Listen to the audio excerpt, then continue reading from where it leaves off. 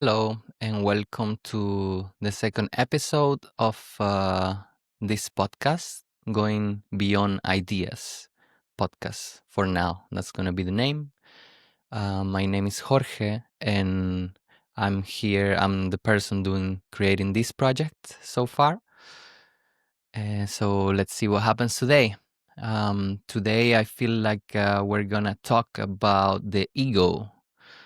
Um, It's of course it's a big concept, I would say, and it has been very explored, in my opinion, from different fields, but especially probably science and psychology has done a deep exploration on it, and also in spirituality in a way. Um, so yeah, I want to share first that I am not so experienced in doing this, and I feel a bit maybe nervous, maybe a bit vulnerable, especially with like the setup, like where do I look, where do I put the camera, and like all these things. And this is part of my ego, or I believe that. And it always helps me to voice those parts in me. And then sometimes they get more calm as I give them attention. So yeah, not yes. And then some part of my inner critic comes and tells me like this is not the best start of an episode, but it is what it is, and it's good to it's good to share all this stuff. It's also good to breathe. So the ego. When I was sort of preparing the episode, or when I had the idea, I realized that this is a concept that it has been very present in me for a couple years. And like I was saying, I don't think I have read so much about the ego. I believe Freud was someone that wrote extensively about the ego and the superego and the ID. I remember those concepts a bit, but I haven't really read him so much, or I don't remember him so much. I also believe probably Carl Jung also spoke extensively about this, and many teachers in spirituality, in a way, like ego is probably explored for many years and centuries, and and it's part of all of us. The ego is definitely a part that we all humans have, so it is so important, I believe, to bring awareness of what is the ego in a way. And of course, anyone or everyone may define it a little bit different, but I believe the essence of it, it's sort of similar, or it may be similar for many people, and I will explain why a little bit later, especially an experience that I had some years ago that I call my spiritual awakening, where I discover, or I got in touch to what is the ego for me. But anyways, I'm gonna try to explain what is the ego, like on top of my mind. So the ego for me, in a way, in a short sentence, it would be the idea of the self. So me, myself, my ego, or part of my ego, would be my name is Jorge. I am 34 years old. I'm from Gran Canaria in the Canary Islands in Spain. I like many things, like, I don't know, maybe I like football, or I like sports, or I like CrossFit, or I like spirituality, la la la la la. And all this, in a way creates the idea of who am I, which it's not really who am I. It's what my ego is my self-identification. my job. I manage the courses here in the center, in the community that I live at. Um, what else? Like, you can just think of like all the different qualities that form who you are. Also, the culture that you're coming from is a big one. Your country, all the characteristics that you feel identified with your country, political party, your view on money, just about anything that you would identify with. Even and also like not just that, but like a little bit going beyond. The ego is also, I believe, it's also your thoughts, because most of these things, for me, in my opinion, are thoughts and ideas. Yeah, like everything that you think on a daily basis, everything that you're thinking right now. What are you thinking about this when you hear me talking? What are you thinking about me, or like this podcast, this background, this plant, like whatever you're thinking?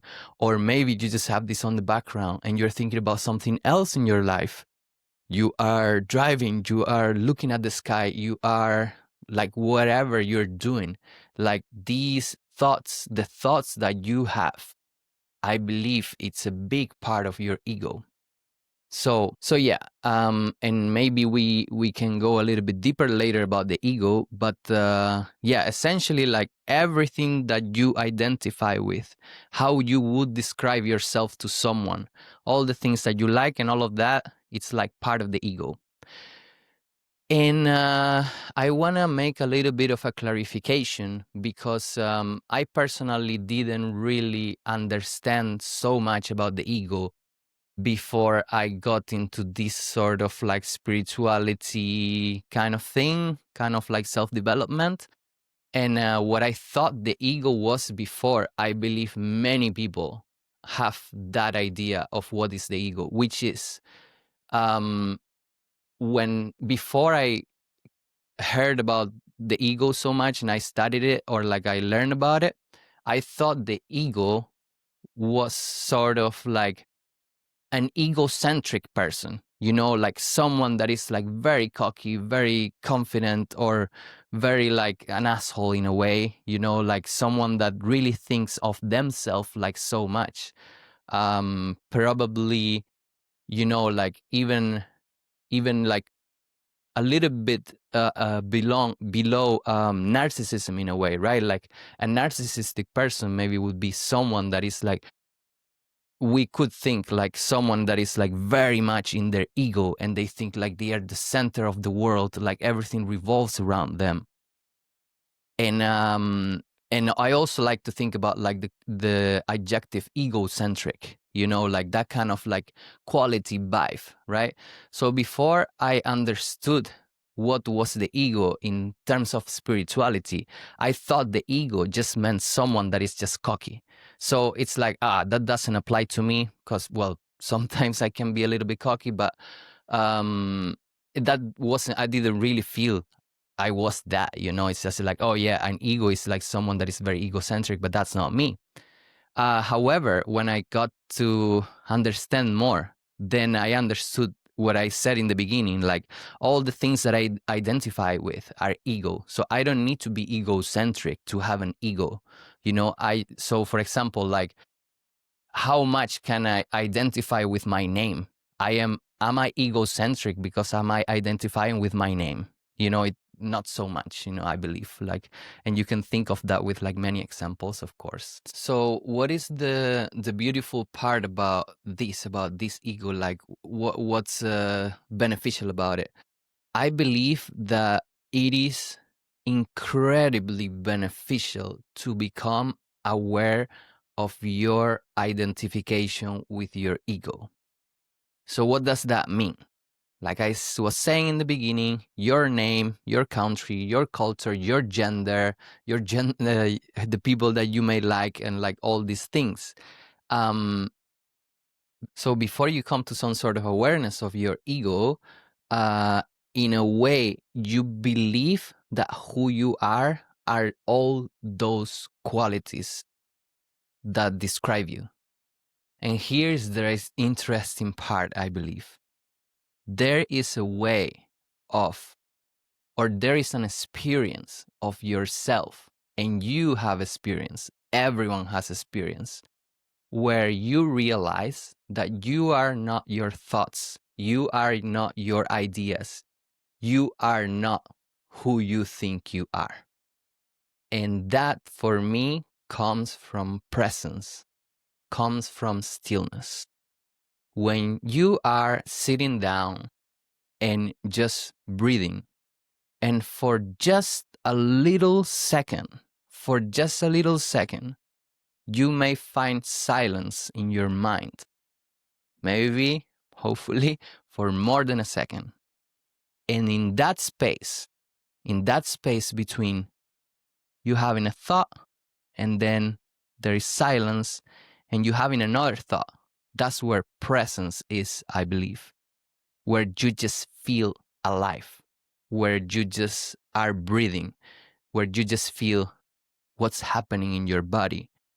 And you could even like feel more when you're looking at nature or at the sky, for example, or at the ocean. And why I say this is because there in presence, there is no ego. Or maybe not that there is no ego. I don't want to get like right or wrong with the terms. I don't believe in that. But I feel that the ego is not so present because the mind is quiet. There are no thoughts. So, and we hear so much about the benefits of like meditation and, like really, like it's so popular, right? And I believe it's quite popular, quite beneficial meditation because it quiets the mind sometimes, and then you just relax because you are not who you think you are. You are not who you are. So the cool thing about the ego for me is like, it's not that, I believe it's not that you suddenly become enlightened and, like Buddha, or you become a monk and then suddenly you have no ego. I believe that we all have egos and we will always have egos from the moment we are born and we have thoughts, from the moments that we have thoughts until we die. We're just going to have an ego. But the thing is like how much your ego affects your life. In my experience, living for so long without being aware that I had a voice in my head, living so long without being aware that I was so identified. I thought that I knew who I was. I thought that I was Jorge, 34-year-old, a man, like woman, like football, and all these qualities from Spain, from the Canary Islands, like all these things. I didn't know that there was another way, which is the separation of the self, the separation from my ego identity. So, in a way, you have the ego that I was describing, and that is what I call the ego identity, the identification of who you are is this. And then I was talking a bit about presence, which is like separate from the ego in a way.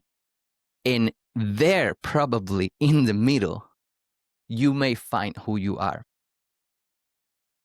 And I would say in spirituality, I'm not like I said, I'm not enlightened or anything like that, but I'm closer to enlightenment than I was a few years ago. That I feel it's true. And hopefully with more time, I'll even be closer to it, even though it's not a goal that I want to have. But anyways, the name of Ramdas, I hope it's him, comes to my mind. I haven't really followed so much his work, but I believe it was him.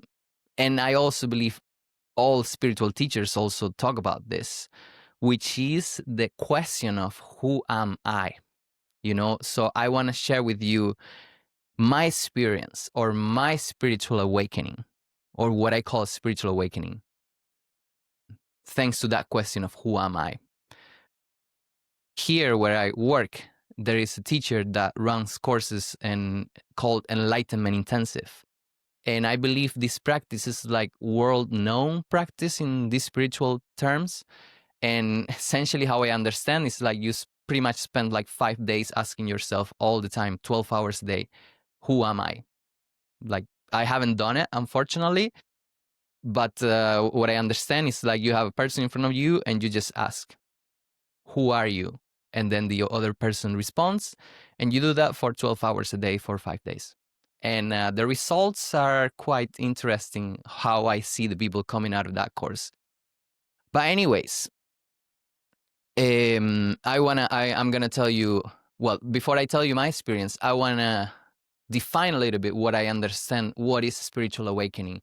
And for me, of course, it is quite cool to say that I had a spiritual awakening in my life. Probably many of us have had that. The thing is like, how aware were you of it or not? Sometimes you just have it and you don't even know about it. But in my case, it became quite clear because I used a lot of, I spent a lot of time with learning about spirituality during that time. And then that's where I learned about it. But anyways, before I tell you, real quick, I think that spiritual awakening in a way, sort of an spiritual awakening experience is an experience where you realize the separation of your ego and your presence and your being.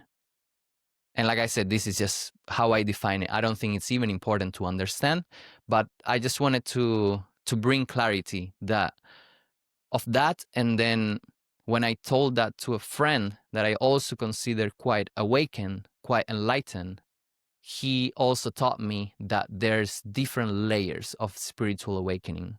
And I personally, maybe I was just on the first layer in a way. And I don't know if I will ever get to more layers, but I will tell you my experience of this, which was quite simple in a way. So, 2 summers ago, I was here where I live and I sort of met a woman and I connected with her and I fell for her like crazy. That happens sometimes.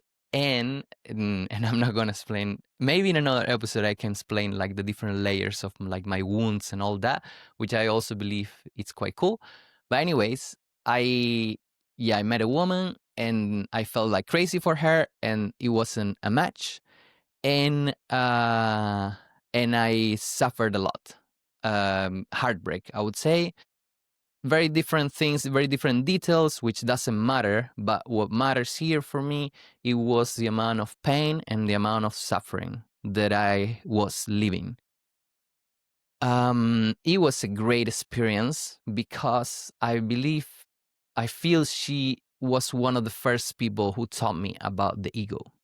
And she kept on saying that I am too much in my ego, that I'm too much in my thoughts. And I didn't understand that back then. I was a little bit like pissed, I'm like, what are you talking about? I just want to connect with you and you don't want to connect with me, and like la la la, and like all this, and there's this separation and abandonment wound and all of that. But anyways, then she left and I stayed with the pain. And I just didn't know so much, like why I was suffering so much. I couldn't get over myself and all of that. What was she meaning when she said that I was so identified with my ego? So at that point, I started to listen like crazy, like every day, spending so many hours. I mean, not so many hours, but kind of like every day I was listening to Eckhart Tolle. For me, he's one of my best spiritual teachers. I love the guy. He has like videos on YouTube endlessly. Just if you are having a rough time in your life and you don't know what to do, just watch Eckhart for hours, and maybe he will create a big impact in you like it did in me. So after watching him for hours, and with the experience of this woman telling me about you're so identified with the ego, and Eckhart talking so much about the ego, like this sense of self, like who you think you are. And then also like this quest. So one day I was with a friend and I was, with the pain. And I was asking him, I don't remember what we were talking about, but at some point he told me, have you asked yourself the question of who are you? Who am I? And I said, no, never. So then I went for a walk and I started to walk. Then I started to ask myself, who am I? And then waiting for responses.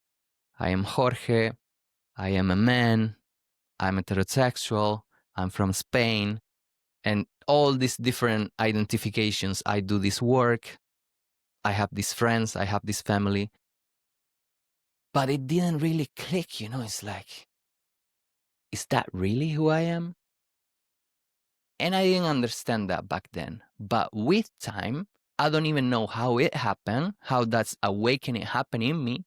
But at some point, after the pain was gone, many months after, and after listening to Eckhart for so long, I started to come to the realization of, I started to connect more with presence, with that silence between the thoughts in a way, where thoughts are not present, and who I am. I mean, and my ego identification, right? So what happened to me is that before I was living like this, both at once. I was really identified with who I was. But with all this work and all this experience, little by little, I started separating that. And when I realized, and this is like crazy for me, it changed my life like you don't even know how much. And anyone can really do this. And I hope that with more episodes, I keep talking about this and I can help anyone to also realize this. But yeah, for me, it was so crazy to realize that I am not who I am. I am not who I think I am. And that is crazy. That was one of the craziest experiences I ever had. So if I am not who I think I am, if I am not Jorge, if I'm not a man, if I am not heterosexual, if I am not from Spain, all these qualities, then who am I? And it hit me. And this didn't happen in a day. It happened like over the course of time, over months. I don't even know when it happened. But then I realized that I am presence. I am breath. And that's all. I am alive. I don't have a name. I don't have a gender. I don't have sexual orientation, nor a country, nor political views, nothing. I am presence. I am breathing. That's the only thing that I am. That's the only thing that I know I am. All the other stuff, it's my ego identification of myself. It's who I think, who I thought I was. When I realized this, that I am not my name or my gender or my sexual orientation, a huge weight fall off my shoulders. A huge pressure came out of me, like a big weight that was hanging on my shoulders. It just, I felt so much peace just by realizing that. And it was so crazy back then. And I don't know. And of course, this goes back and forth in my life. Like I said, it's not that I am enlightened and I am like this all the time and I am presence and I am breathing and I don't get triggered and I don't identify with myself. Of course not. It was just the realization that I am something else that is not everything that I think I am. And this something else is so simple. Every teaching I believe in spirituality, or most teachings, are so simple. We just make things complicated. We just want to learn about science and the reasons and all of that. That is the ego. The ego loves to think, loves to learn, to understand, why am I heartbroken, or I'm not, but at that time, why am I heartbroken? What is so wrong with me? What's happening? Ah, la la la la. All this mind talk. Why am I not happy? What is the purpose of my life? What is my mission? What is my thing, my dreams? La la la. It's just my ego. Nothing else. And there is so much happiness that we all feel at any time, at any minute. Doesn't matter your life situation, which is one single breath. You take one breath and you feel the peace. There's no problems in that breath. There are no concepts in that breath. There are no ideas in that breath. It's just air going here to your belly and going back out. And then after that, the problems come again. Oh, fuck, I have no money. I have to work. I have this, my children, my relationship, whatever the problems that you're having right now in your life. All those problems come from the mind and from the ego. And of course, we could also like philosophize quite hard on like what is reality, what is real, what is not. But just to catch down on this point, and I hope that I can keep talking about it at another time because I feel so passionate about it. It's like if you get to a point in your life where you realize that you are not your name, you are not your gender, your political views, your sexual orientation. You are not that, and you are presence. You are breathing. A huge weight comes out of your shoulders. So what's the trick here for me? And for you, I believe, it's becoming aware of this part of you, becoming aware of the ego. And that's all we need to do. We don't need to do anything, but it's great to just observe, to find the separation that I am not this. When a colleague at work comments something about judges your work, it's like, hey, you should have done this job a different way. And then you get so triggered.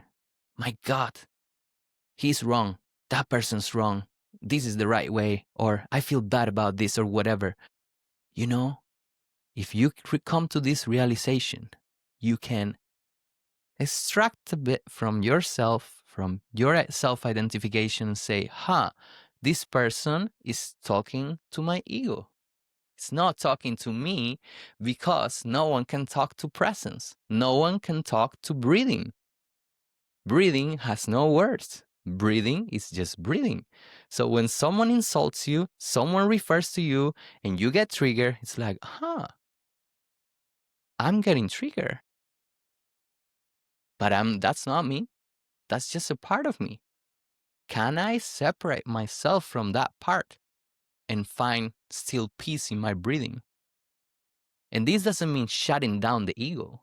I believe that's not the right way. Meditate, shut down the mind. It's like, no. Allow the ego. The ego can be good. In fact, the ego is really good. Why would the ego be there if it's not good for us, right? What is good about the ego? The ego has a function.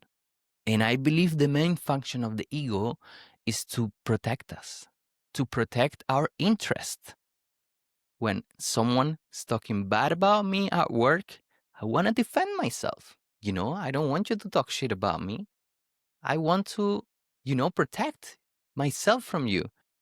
When, I don't know other examples, but any example, like when the ego is important. It's important that I believe that I'm Jorge as well. It's important that I believe I'm a man and all these things.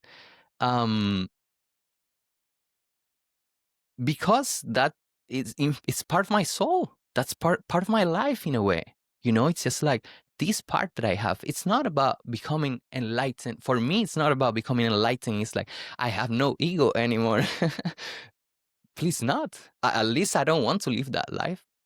The life that is nice to have, it's a life where I have a healthy relation with my ego, and that my ego doesn't take over me all the time. And that was the biggest life change that I've experienced so far. When you separate yourself from your ego and your self-identification, and you are not that anymore, then yeah, like I said, like you live a lot more peaceful life. The problem with the ego, it's the problem with the ego is believing that you are the ego. That is the problem. There's no other problem with the ego. The problem is believing you are this, believing you are your name, believing you are your city, sexual orientation, all these things. If you believe you are that, and you don't come to the realization that you are something else, and yeah, like I said, I don't know if this is going to be true for you. I don't know if this is a universal truth. But to me, it just makes sense. Like my body knows it for a fact, And I believe that from all the teachings that I've learned in spirituality or something, this is a very common basic teaching. You are not your thoughts. You are not your ideas. You are just presence. And in presence, there are no thoughts. There are no concepts. There are no ideas. Presence is just being alive. Do you think a bird cares how you call the bird? Do you think a bird cares about money or cares about anything?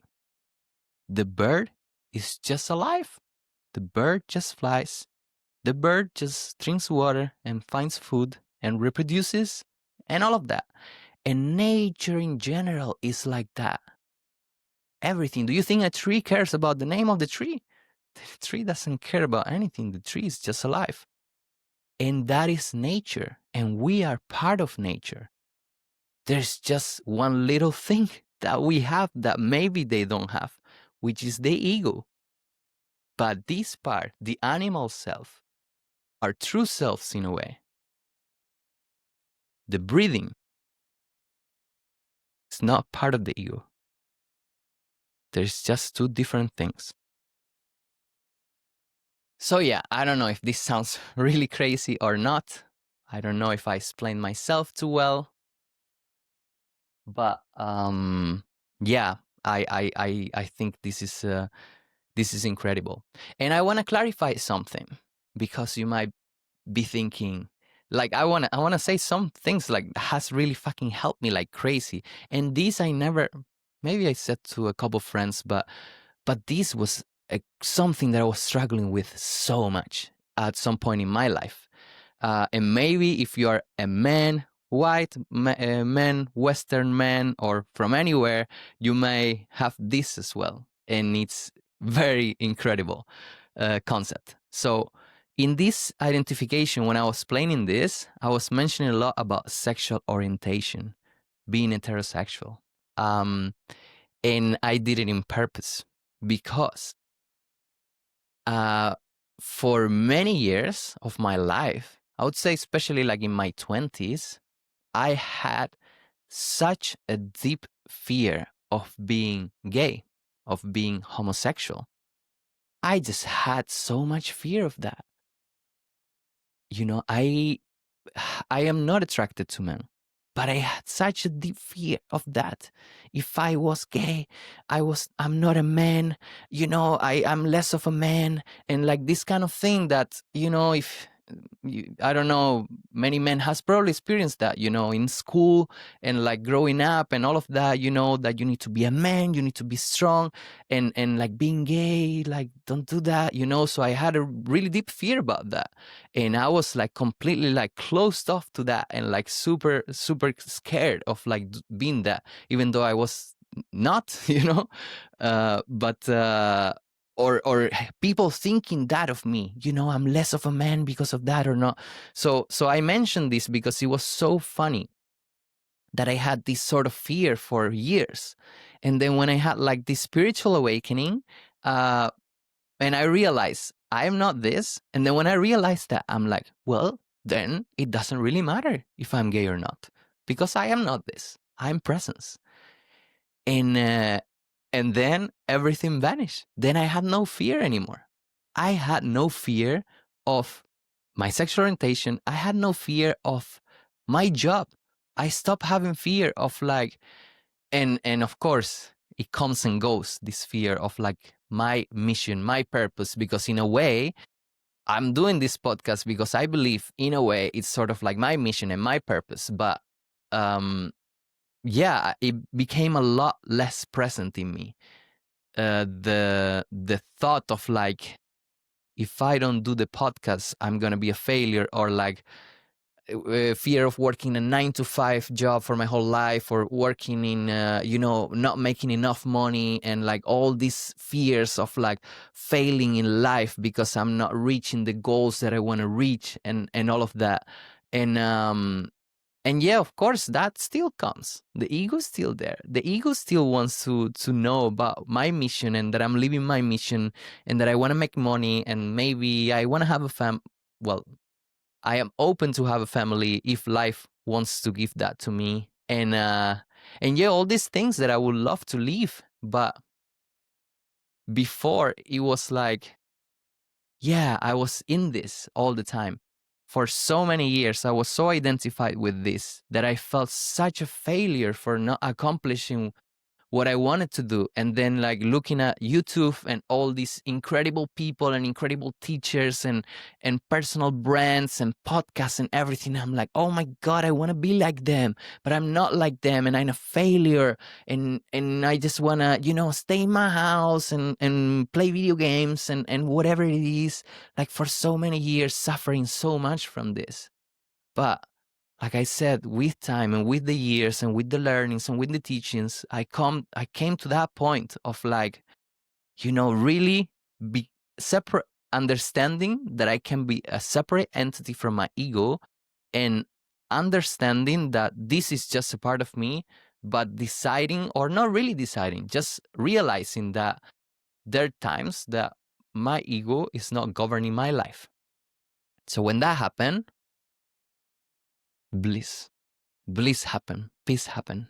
And the more, the more I realized it, the easier my life have gotten.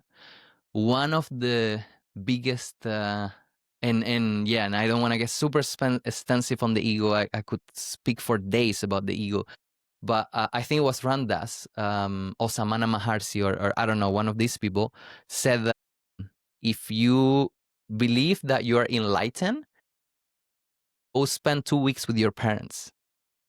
And that sentence is golden. Because of course you might think that, okay, I'm not my ego, like you can talk shit to me, I'm not my job, it doesn't matter what I do, la la la. And then you go with your parents, and maybe within the first hour, it has happened to me before, you get triggered, you get super triggered, because they talk something. It's like, you are not doing a good job, or you should be earning more money, or you should be having a girlfriend, or you should be having kids, or educating your kids differently, or like whatever it is. And then you get triggered, and then the ego governs you, and there's no separation anymore. But in my experience, ever since I experienced this awakening, I remember one day talking with my father, and he was like talking about something that was normally triggering me, which was like my future in a way, or like, are you gonna stop being a little bit of hippie, doing this kind of jobs and get a real job kind of thing? And that would really trigger me for my whole life. But when I got to this little separation, to this little realization, then I got to the understanding. It's like, he's talking to my ego. He's not talking to me, because I am presence. I am breathing. And that doesn't have ideas or concepts. So then my trigger diminished.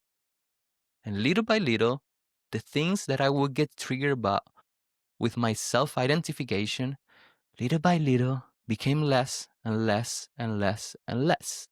And now I look back at my life and I am so surprised because it's like, wow, I get so much less trigger in my life. I live so much more peaceful, and I still get very triggered, let me tell you, but not as much as before. The trigger that would take me days of energy, now it takes me hours or minutes sometimes. And that, my friends, I wish this for every single human being in the world. If you have the word stress in your life, if you have the word sadness, pain, like just like all these negative things in your life that you may be so stressed about, like I was in the past. For me, it was like my life mission. That was the biggest stress that I always had. You know, when you come to this realization, you just find a lot more peace. And this is the thing about meditation, in a way. And you can meditate anytime during the day. You don't need to close your eyes and breathe. It doesn't matter. You just need to become aware of your breathing and observe your thoughts. But trying to find that little silence between one thought and another. Um, so yeah, I think that was enough of a rant about the ego. I hope that life wants me to speak a lot more about the ego and that it can inspire people to start the journey of becoming aware. But if I want to leave you with something, you know, like you heard my story and maybe you are still like suffering a lot from your ideas, like we all do, from your thoughts, like the monkey mind, like the mind just, you know, talking and talking and talking, and you think that you are this thing, that you are what you studied, your name, all these things, you know. Um, what I wanna leave you with is like I wanna put a little seed in your brain. I wanna put a little seed in your soul after listening to this podcast, that to little by little start becoming a bit more aware of your ego.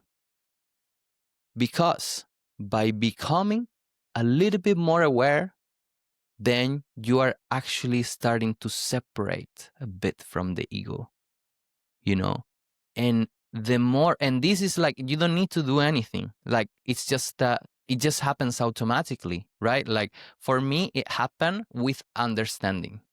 Like, the more I understood about it, the more I listened to Eckhart, the more I understood about like what is the ego, the more I became aware of my ego. And the more I became aware of my ego, the more I was able to separate from it. And the ego became less big, less huge. It was less dominating in my life. It is less dominating of my life nowadays. And I still have it, and I will always have it, and I love my ego. Like I said, the ego is great. The bad thing about the ego is thinking that you are the ego, and the ego is everything in your life, that you are your name. And if you change your name, then you lose your identity, and your life is over. No, you're just breathing. That's it.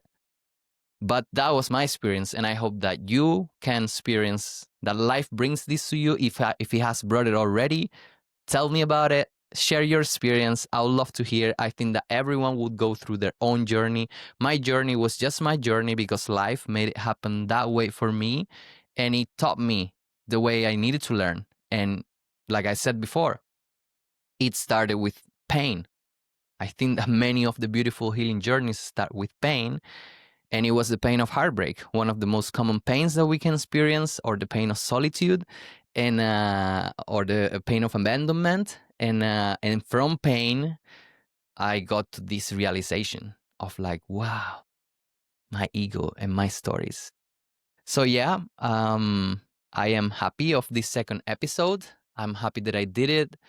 I, of course, wish I went back and recorded the whole thing again because I could speak so much better. I could speak a lot more about my awakening, spiritual awakening journey, and just so many more things. But, you know, maybe another day or maybe not. Doesn't matter because, again, the ego wants all these things. but I just observe my ego, and I actually another thing, at least for me, and I don't know if it's a technique, but and maybe I'm very in love with myself. I don't know. I also said another time I'm a Leo. The Leo, also Leo and ego maybe go together a lot. But sometimes I laugh at myself. Sometimes, like now, it's thinking about like the judgments of myself, the judgments of like this episode, and like that part of the ego that was saying, oh, I want to redo this episode, and I'm not happy with it, and like the camera position, and like la la la and all this thing, and I should tell the story very differently, or whatever it is. It's just like, I took a breath, I observed, and I'm like, my ego is so funny. I haven't even stopped recording, and I'm already thinking and criticizing myself, and it's so funny. Like, that's the thing. I got to a point that sometimes I just laugh at myself. It's like, wow, my mind is fascinating. My inner critic is fascinating. And it is so cool. Like, it is so cool. And if you get to this point, or yeah, when you get to this point, and I think it's not even that you need to get to this point. You are already at that point. That's the beautiful thing about all these teachings. You don't need to be 10 years meditating. You already have this. You already breathe, even if you are not aware of it. You just breathe, and little by little you realize that you are these different parts. And yeah, so yeah, I hope that it brought you some value, that means whatever way, and I'm thankful that you listened to this, and yeah, maybe see you next time, and maybe we keep talking about the ego, and let me know if you have any thoughts, any comments, or anything like that. I would love to read. I would love to read your experiences, and maybe I can talk about them in another episode. But anyways, thank you so much. It was super fun to do this. And yeah, I was thinking that maybe to end the episode, or every episode, like I start with, end with a little breath and with a little ding. So thank you. Enjoy your ego and enjoy your breath.